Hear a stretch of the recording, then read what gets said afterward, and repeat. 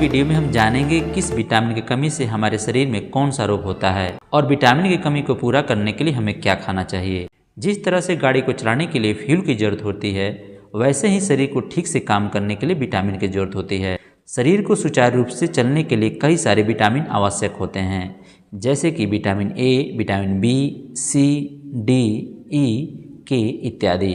अगर इनमें से किसी भी एक विटामिन की कमी हो जाए तो शरीर को कई सारी समस्याएं झेलनी पड़ती हैं। हालांकि लोगों को यह मालूम नहीं हो पाता है कि किस विटामिन की कमी से कौन सा रोग होता है। तो आइए जानते हैं कि कौन सी विटामिन की कमी से कौन सा रोग होता है और उन्हें किस खाने से पूर्ति किया जा सकता है। तो पहला विटामिन है विटामिन ए। यह एक बेहतरीन एंटीऑक्सीडेंट होता है जो कि फ्री रेडिकल्स के हानिकारक प्रभाव से बचाने में मदद करता है।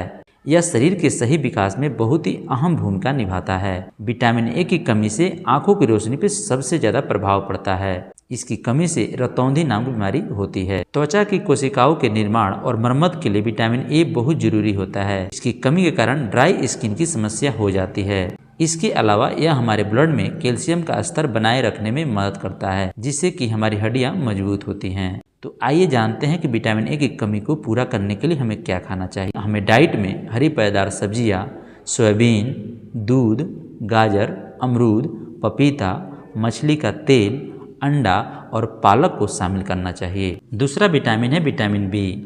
विटामिन बी में कई सारे कॉम्प्लेक्स होते हैं, जिसमें vitamin B1, B2, B3, B5, B6, B7 और B12 शामिल हैं। ये सभी कॉम्प्लेक्स हमारे शरीर के लिए काफ़ी महत्वपूर्ण होते हैं।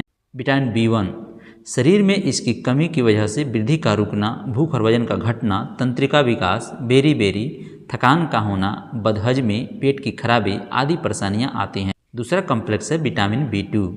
इसकी कमी होने पर वृद्धि का रुकना, धुंधली दृष्टि का होना, जीभ पे छाले का पड़ जाना, असमय बुढ़ापा आना, प्रकाश सहन न कर पाना आदि समस्याएं होती हैं। तीसरा कॉम्प्लेक्स है विटामिन B3। इसकी कमी से जीभ का चिकना, त्वचा पर फोड़ी फुंसी होना, पाचन क्रिया में गड़बड़ी, मानसिक विकारों का होना आदि समस्याएं हो सकती हैं। विटामिन B5 इसकी कमी से पेशियों में लकवा, पैरों में जलन आदि परेशानियां होती हैं। विटामिन B6 इसकी कमी से आपको त्वचा रोग, मस्तिष्क का ठीक से काम न करना, शरीर का भार कम होना, एनीमिया आदि परेशानियां हो सकती हैं।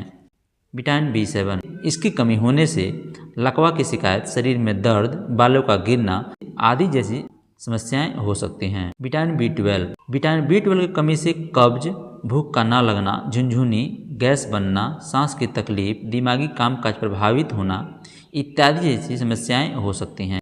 विटामिन बी हमारे शरीर में जीन और DNA के निर्माण के लिए जिम्मेदार होते हैं। शरीर में रेड ब्लड सेल का निर्माण भी विटामिन बी की मदद से ही किया जाता है। विटामिन बी की कमी को दूर करने के लिए भोजन में अंडे, मीट, मछली, सभी तरह के डेयरी उत्पाद का सेवन करना चाहिए।